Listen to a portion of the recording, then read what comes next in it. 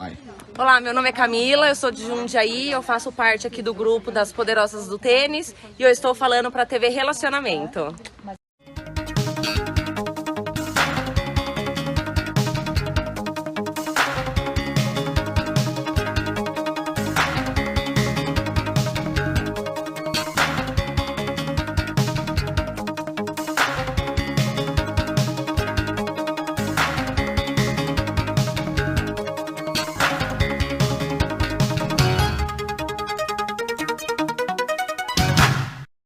Olá, internautas, sejam bem-vindos a mais um TV Call Center.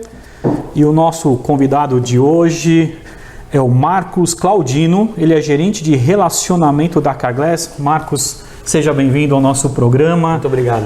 Marcos, para a gente começar o programa, os nossos internautas, certamente você vai ter um bom público te vendo, mas muitos não te conhecem. Verdade. Fala um pouquinho sobre a sua trajetória profissional, como é que você começou nesse ramo de call center. Legal. Bom, primeiramente, muito obrigado, Ricardo, pelo convite. É uma satisfação muito grande participar de um canal tão importante para o nosso segmento. E os internautas aí, bom dia também. Obrigado por acompanhar a entrevista.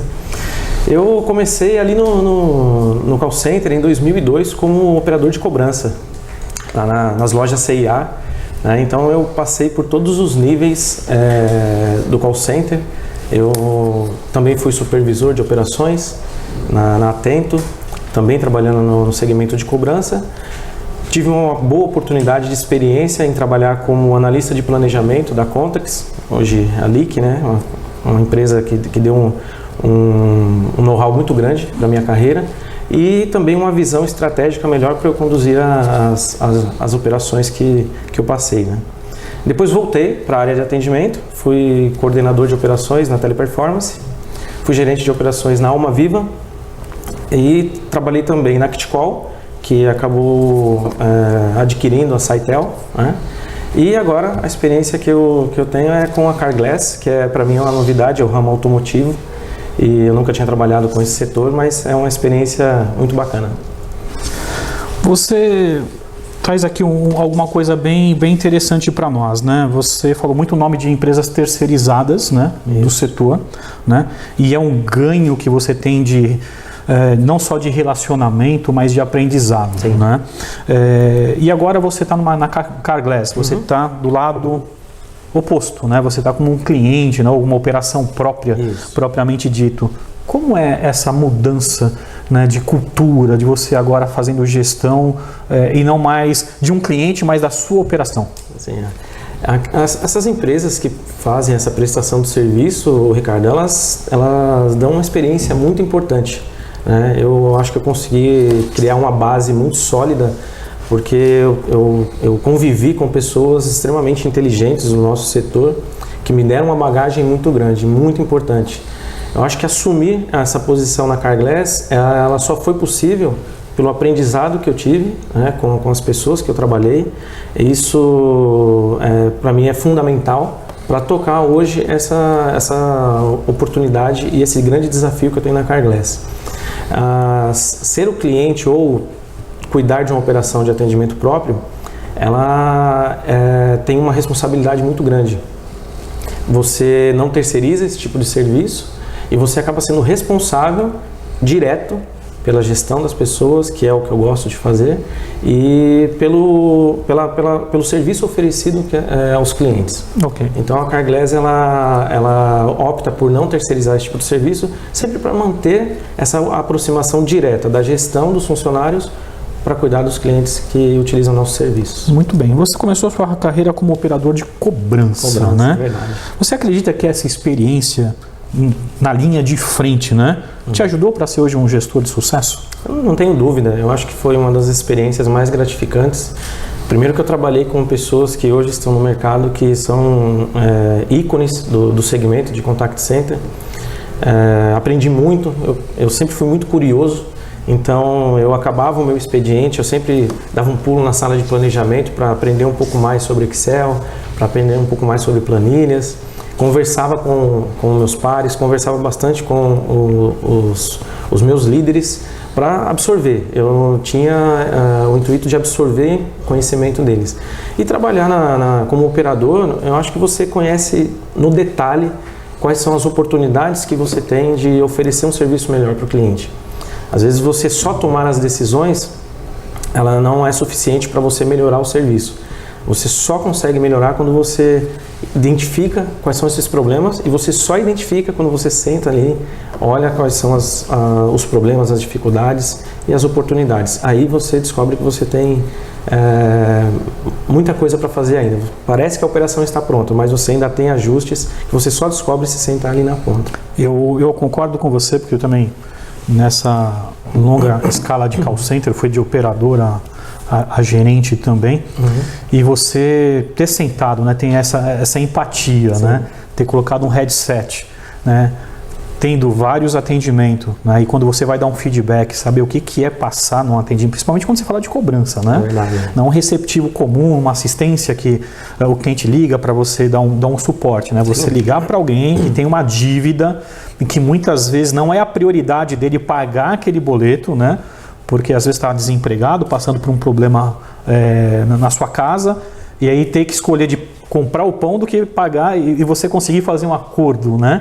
É realmente uma experiência muito boa, né? Que você traz isso para uma realidade hoje. É verdade. Me fala uma coisa, quais as características você acha que são necessárias para conquistar um cargo de gestão? Aí eu vou fazer mais um adendo. O que nós vemos hoje muito no mercado de call center é assim, hoje o Marcos é o melhor operador que tem na central. E ele já tem 1 ano de casa. Então agora você vai ser o supervisor porque você tem o respeito de todos. É assim que funciona? Acho que por algum tempo passou a ser dessa forma, mas eu acho que não é o melhor a se fazer, né? Eu acho que as características principais, você tem que se dedicar muito no que você faz, e isso não só no segmento de call center, mas em qualquer segmento. A dedicação vai tornar você mais eficiente, porque você vai aprender mais e vai conduzir melhor as suas atividades.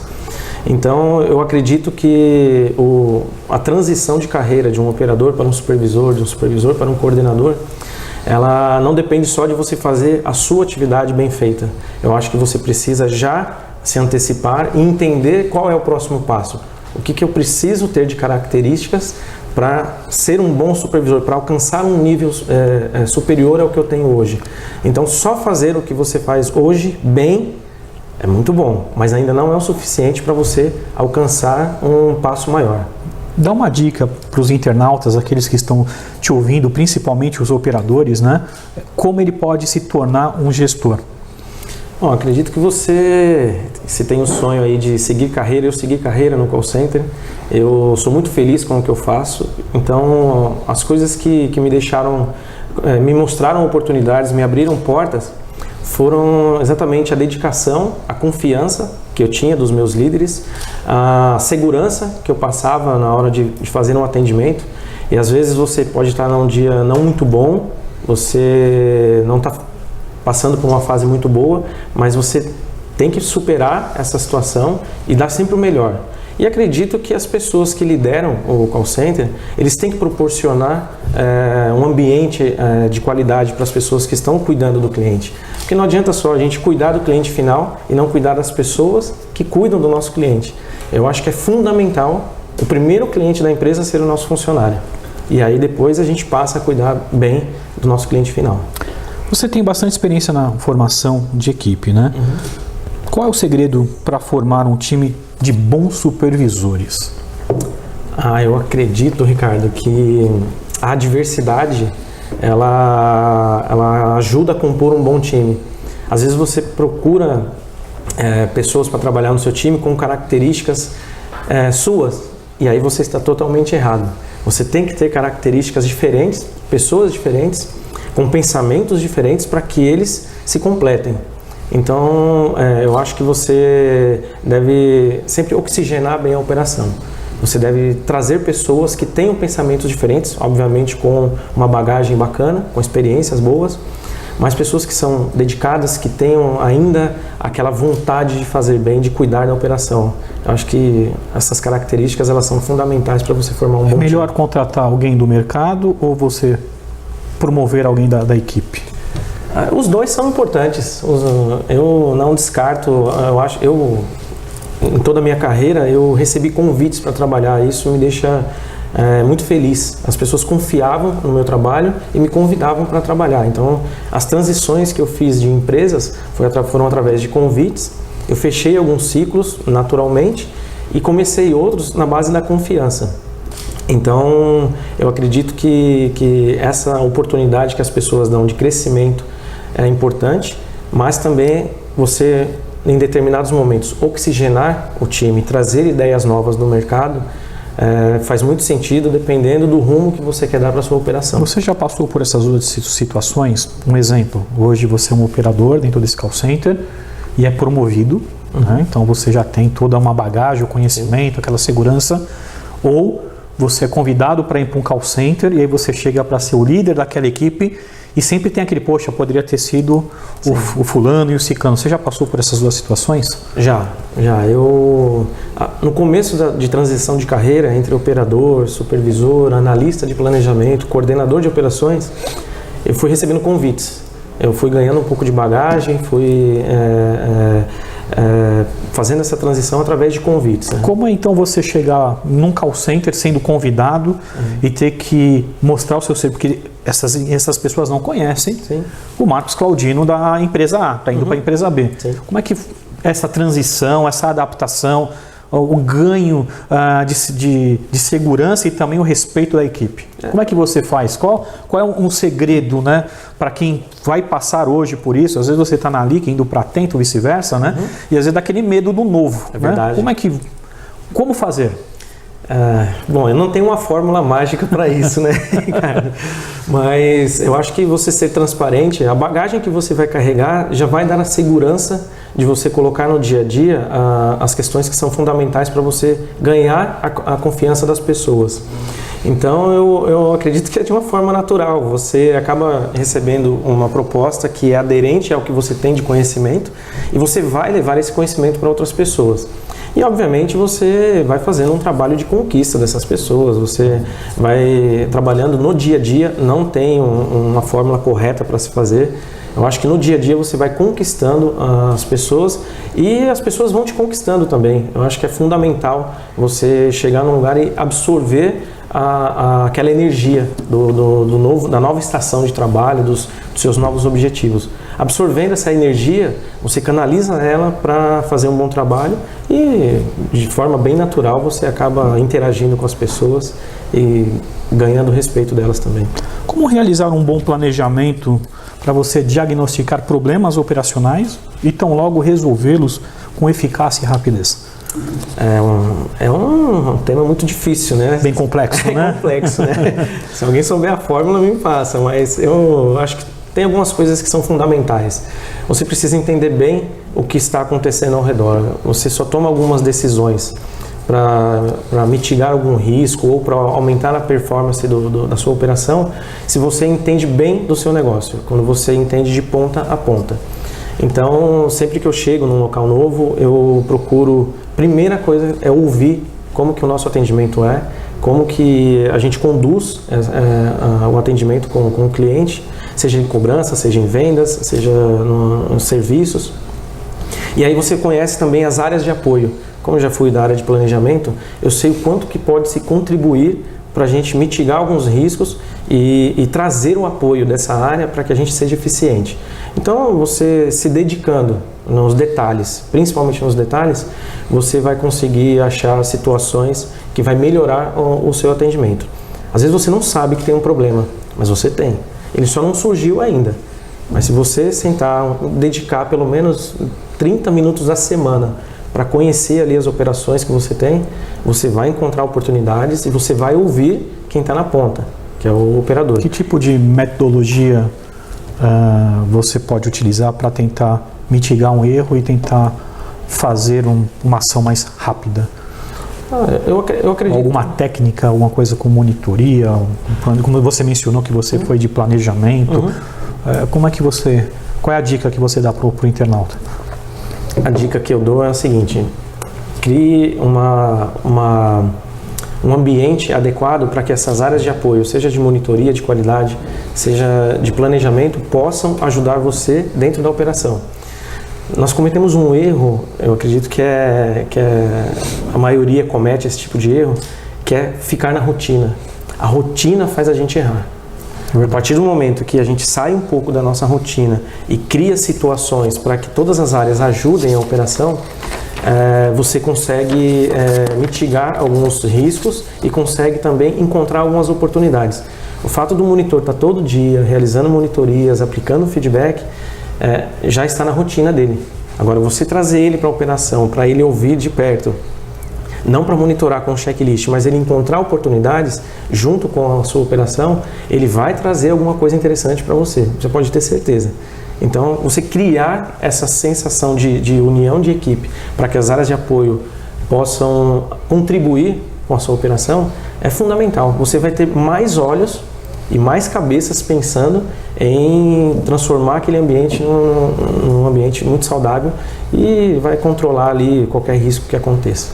Vamos agora dar uma pausa para o Marcos Claudino tomar uma água, né? Refrescar as ideias, e eu quero agradecer a sua participação, e queria agradecer a participação do André Martinez da Uso Digital, Carla Vitória, Ismael Pereira da Intelecto, Norberto Moraes, Fátima Augusto, Thomas Ferreira da CSU, o Márcio Tarifa da Whirlpool, a Júlia Castegrini, o Aldo dos Santos, a Eliane Santana, a Sani Ramalho, Sabrina Rubasek e o Nilton Augusto da Hubify.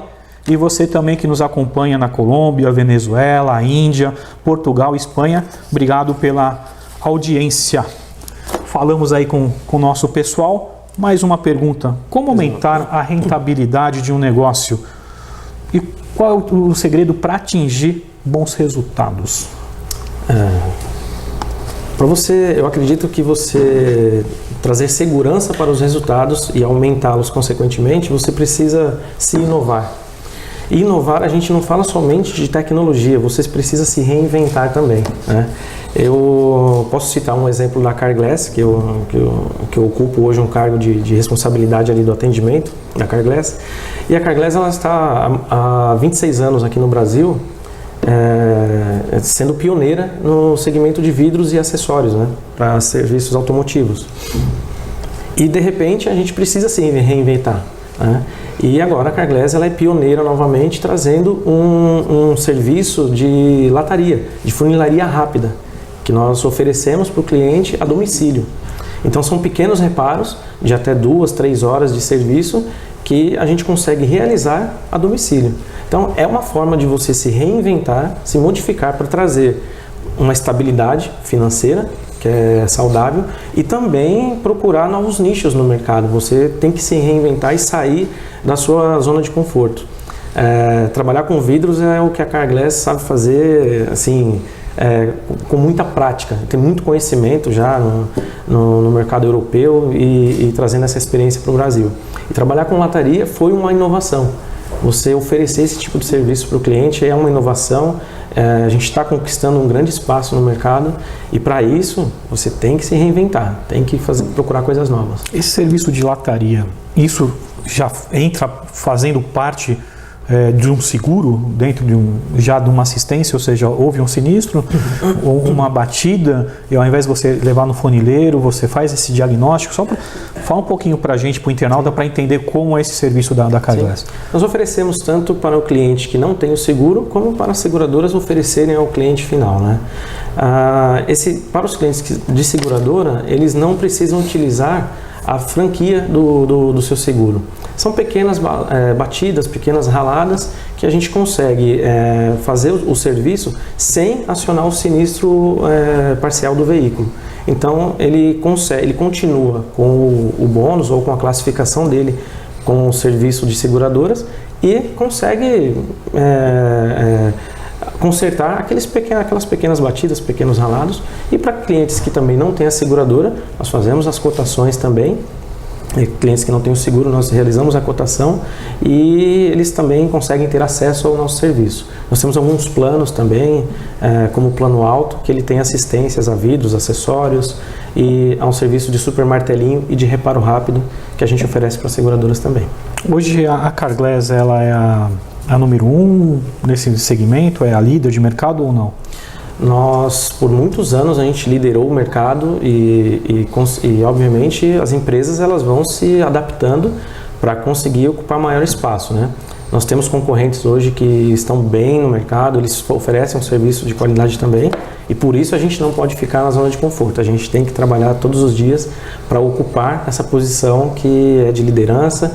E assim, eu acho que isso acaba vindo naturalmente, Ricardo. Você se preocupando em oferecer um bom serviço, em transformar a jornada do cliente ali numa jornada saudável na sua passagem pela Carglass, automaticamente vai conduzir você a ser pioneiro, você vai ser lembrado em situações que não são tão positivas.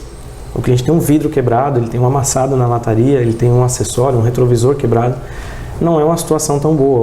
O automóvel, ele é um dos principais bens da família, né? Então, a gente precisa fazer um trabalho de qualidade para garantir a tranquilidade daquele cliente. A gente está mexendo com um bem que, para o nosso cliente, ele é muito importante.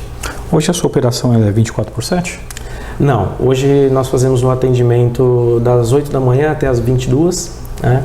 E nós tínhamos um atendimento 24/7, mas um volume muito baixo. A gente às vezes tinha esse atendimento para gerar um serviço no dia seguinte. Então não fazia muito sentido, era ter pessoas, ter uma operação trabalhando, ter lojas abertas para não realizar o serviço e agendar para o dia seguinte. Então não fazia muito sentido a gente ter esse atendimento. Na sua opinião, o que as tendências de tecnologia podem trazer aí para o futuro do call center? Ricardo, assim, tecnologia é algo que é inevitável para a gente melhorar a nossa prestação de serviço, oferecer um serviço de qualidade para o cliente. E nós temos várias no mercado. Eu acredito que as tecnologias que você consegue unificar numa mesma plataforma e conduzir a jornada do cliente e saber onde ele te acionou são as principais. Obviamente a gente opta pelo chatbot, por um WhatsApp, por um canal de comunicação que hoje as pessoas mais utilizam. Hoje o seu usuário, o seu cliente, ele já utiliza esses canais para falar com a Carglass? Por incrível que pareça, ele ainda prefere o canal de voz.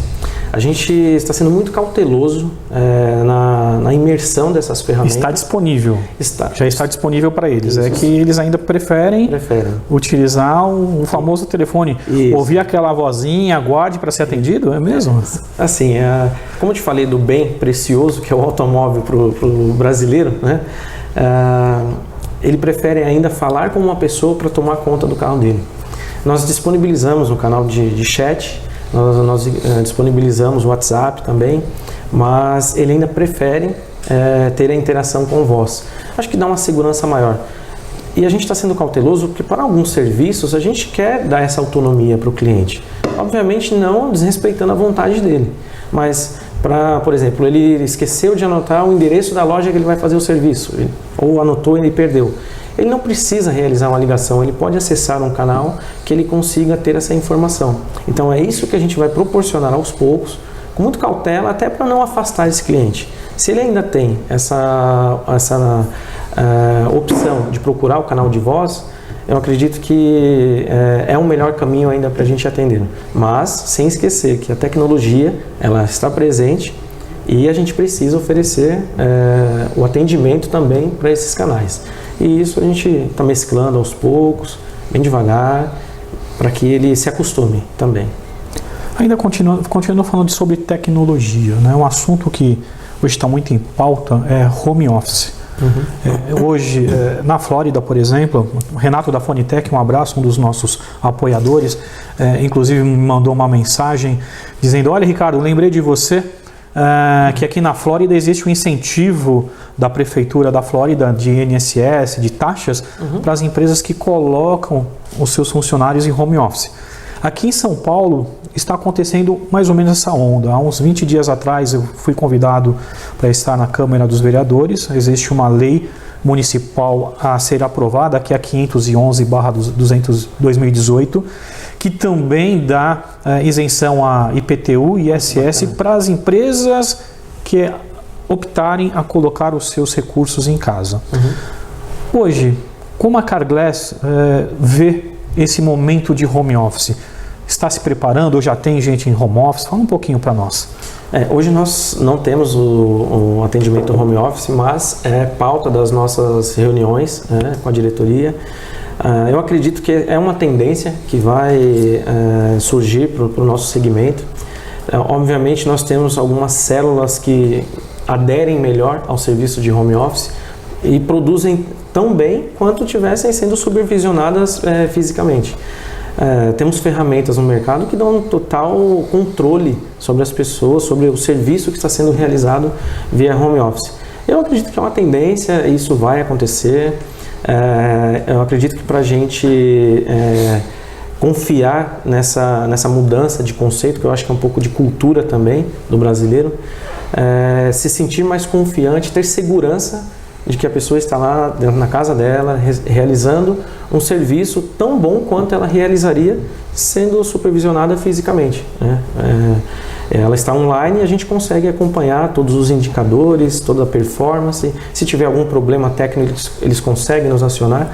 Então eu acho que é uma tendência que vai evoluir no Brasil. Nos Estados Unidos isso já é uma prática muito utilizada. Até o serviço de telefonia nos Estados Unidos oferecem muito esse tipo de serviço para os funcionários via home office. Eu acho que é uma tendência para o Brasil começar a conhecer melhor e a se sentir mais seguro para oferecer esse tipo de serviço para os funcionários. Eu acredito que aos poucos a gente vai ganhar espaço, sim. Você acredita que o impacto hoje, o bloqueio maior, é de uma gestão de RH, de uma gestão de TI ou operacional? Quem é que hoje é mais comedido em dar esse primeiro passo? Eu acredito que por segurança acabam sendo as instituições, não somente recursos humanos, né? Acredito que toda a empresa se preocupa com isso. Claro que é muito mais fácil a gente controlar os funcionários que estão sob a nossa visão, mas é algo que vai fazer parte do nosso dia a dia. É um processo de nova cultura que a gente precisa começar a absorver, precisa começar a entender como saudável a pessoa trabalhar dentro de casa, a pessoa trabalhar fora daquele ambiente ali da empresa, vai conseguir exercer o serviço com a mesma qualidade ou superior a que ele estaria exercendo dentro do ambiente de trabalho.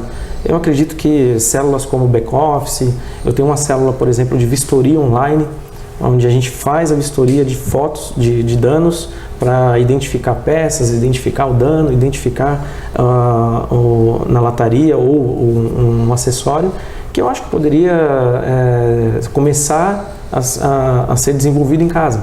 Então é algo que a gente está caminhando e é uma tendência que a gente não vai conseguir fugir. É um mundo sem volta. É um mundo sem volta e eu acredito que vai trazer benefícios, Ricardo. Acredito também.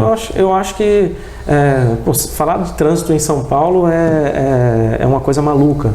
E só o fato de você sair da sua casa até o local de trabalho, geralmente, em média, as pessoas demoram até 1 hora. Gastam 1 hora de ida, 1 hora de volta. Você perde 2 horas do seu dia, onde você poderia ser muito mais produtivo, você poderia ser mais saudável, inclusive, praticar esportes, que você às vezes não consegue, porque você tem essa rotina de translado e de transporte. E o trânsito de São Paulo, ele castiga um pouco. Castiga bastante. Então, eu acho que é uma tendência que o nosso segmento vai se adaptar e nós vamos começar com células mais de back-office ou células mais administrativas até a gente passar ali para o atendimento nível 1 dentro de casa com a qualidade que o nosso serviço deve oferecer. Ainda falando de tecnologia, de inovação. Hoje, como você mencionou, a Carglass já tem chatbot, já tem WhatsApp, atendimento e-mail. E nessa onda de chatbot, a gente percebe muito que nós queremos humanizar um robô. Uhum. E muitas vezes o atendimento é robotizado. Como é que faz esse equilíbrio, né, para realmente, onde você mencionou, o cliente ter segurança de falar com o bot? Eu acho que o termo humanizar o robô, ele pegou, né? Mas eu acredito que não seja esse o caminho. A gente deve trabalhar com essas ferramentas para que elas sejam cognitivas a ponto de entender, a ponto de entender o que o cliente está solicitando. Então, O fato de você ter uma voz agradável, de você ter uma linguagem adequada para o seu cliente, obviamente faz com que você se aproxime dele. E isso que a gente caracterizou como humanizar o robô, né? Mas eu acredito que é uma situação também que vai ganhar espaço. Os bots, eles estão já há algum tempo dentro das nossas operações, oferecendo um serviço para o cliente, sem que às vezes ele perceba que ele está falando com um robô, né? Para que ele se sinta mais próximo da nossa empresa. Nós, às vezes, o nosso segmento é um pouco marcado porque às vezes as pessoas não gostam de ligar no call center para resolver o serviço. Fico muito chateado com isso e eu trabalho duramente para que a gente desmistifique essa sensação das pessoas serem atendidas no call center pelas pessoas e terem uma experiência agradável. É isso que eu tento oferecer para a minha equipe, é isso que eu passo como aprendizado. Foi isso que os meus líderes me passaram como premissa básica. Você, mesmo que vá robotizar ou criar ferramentas para atender o cliente sem o humano, mas que você mantenha o humano de forma agradável e que seja acolhedor. Para que o cliente, mesmo não querendo ligar para resolver um problema, ele seja bem atendido e tenha aquela sensação de que não foi um parto fazer um contato com o telemarketing. Há tempos nós ouvimos dizer, inclusive nas indústrias, né, que o robô vem substituindo o homem, né? Você vê na indústria automobilística, né, quantos robôs, né, substituíram a força, né, a mão de obra de pessoas bem qualificadas. Isso vai acontecer também, ou já está acontecendo em call center com a entrada do bot? Eu acredito que já está acontecendo, é algo que a gente não vai conseguir separar. A gente tem que aprender a conviver com o bot e com o humano. Não vai substituir, eu acredito ainda que o Contact Center é um centro de excelência de atendimento. O cliente ele entra no Contact Center quando ele não conseguiu resolver todos os problemas dele com o robô. Então, eu acho que você conseguir dar essa sinergia entre o humano e o robô e eles falarem a mesma linguagem com o cliente final não vai perceber com quem ele está tratando a situação. Ele precisa sim resolver o problema dele, ter um serviço de qualidade e a gente cuidar para que aquela jornada dele seja uma experiência agradável. Novamente, eu digo que o nosso cliente, a gente entra perdendo de 1 a 0.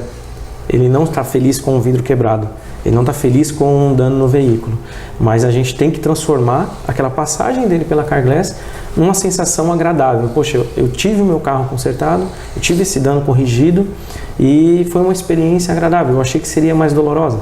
Então é isso que a gente tem que proporcionar, seja num bot, seja no humano. Marcos, estamos chegando ao final da entrevista. Eu gostaria que você deixasse o seu recado final para os internautas e, se quiser, deixar o seu telefone e alguns dados para contato. Legal. Bom, novamente, muito obrigado pelo convite. Fico muito feliz de ter participado aqui com você, Ricardo, com a equipe técnica também. O pessoal dá um show aqui. Acho que a mensagem final falei muito com o público, que é o operador, que é o supervisor, que é o coordenador de call center. E se você tem essa vontade de seguir carreira, de passar pelo nosso segmento e ajudar a transformar o nosso segmento constantemente, continue, tenha paciência com as pessoas, tenha paciência com os seus produtos e desenvolva sempre o melhor trabalho. Eu sou daquele time ainda, um pouco mais antigo, que se dedica para que aquela sensação do público final ligar para o Contact Center seja uma experiência positiva. Se é para resolver um problema, que seja de forma agradável, que seja bem conduzido, para que ele não tenha uma sensação negativa de ter que entrar em contato para resolver um problema. E isso, quem tem que oferecer são os nossos líderes. Nós temos que oferecer essa oportunidade dos nossos operadores, do nosso time, de acolher o nosso cliente. E eu trabalho assim diariamente para desmistificar essa sensação de que ligar no Contact Center é uma sensação ruim. Não deve ser. Deve ser algo resolutivo para que você saia satisfeito com adquirindo um serviço, fazendo uma negociação ou apenas tirando uma dúvida. E os meus contatos, quem quiser mandar uma mensagem no LinkedIn, é o meu próprio nome, é Marcos Denis Claudino, No Facebook também é o mesmo nome. E deixo um grande abraço a todos, obrigado aí, internautas, e mais uma vez obrigado, Ricardo. Nós que agradecemos a sua participação. Internautas, vamos chegar no final de mais um programa TV Call Center, mas antes disso nós vamos presentear o nosso convidado com um livro do Kenji Sakamoto, Alice no Mundo das Comunicações. Ele é um best-seller na primeira edição. Infelizmente o Kenji passou por uma cirurgia, não vai poder autografar para você, mas não vai faltar oportunidades. Também leva a nossa caneca do programa, do nosso patrocinador também. Nós não somos o Jô Soares, né? Mas todo mundo está querendo hoje uma caneca dessa, e você, internauta, você que é do ramo de call center e que tem uma história bacana para contar, vem para cá também, vem fazer parte desse time, vem contar aqui sua história para nós, para esse público que agracia certamente com o seu cenário, o que você já passou no call center. E agradecimentos finais aos nossos patrocinadores, a BizPro, a Uso Digital e Editora Laços. Finalizamos assim mais um TV Call Center. Muito obrigado e até a próxima.